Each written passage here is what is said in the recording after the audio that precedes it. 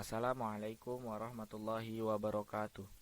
Halo teman-teman semua, perkenalkan nama saya Wahyu Satria Pratama dan teman saya Muhammad Irfansyah. Kami dari kelompok 13 yang akan membahas tentang pertumbuhan dan pembangunan ekonomi.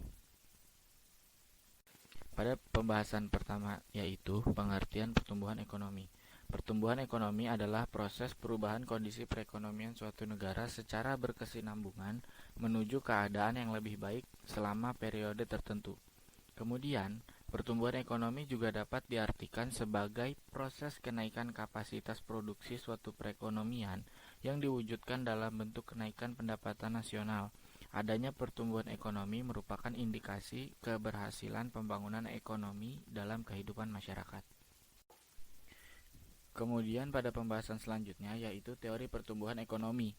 Teori pertumbuhan ekonomi sendiri kami membahas ada 4, yaitu teori pertumbuhan klasik, teori Schumpeter, teori Harrod-Domar, dan teori pertumbuhan neoklasik.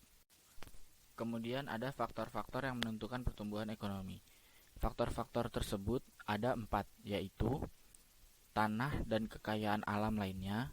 Yang kedua, jumlah dan mutu dari penduduk dan tenaga kerja. Yang ketiga, barang-barang modal dan tingkat teknologi. Dan yang terakhir, sistem sosial dan sikap masyarakat.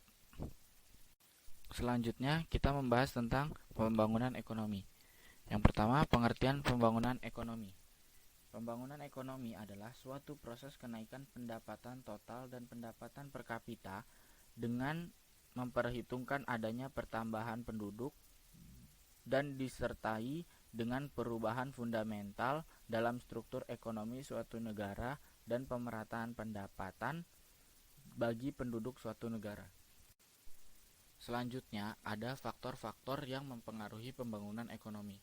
Faktor-faktor tersebut terbagi menjadi 2. Yang pertama, faktor-faktor ekonomi dan faktor-faktor non-ekonomi. Faktor-faktor ekonomi terdiri dari sumber daya alam dan sumber daya manusia. Sedangkan faktor-faktor non-ekonomi terdiri dari sosial budaya, keadaan politik, dan sistem yang berkembang dan berlaku. Assalamualaikum.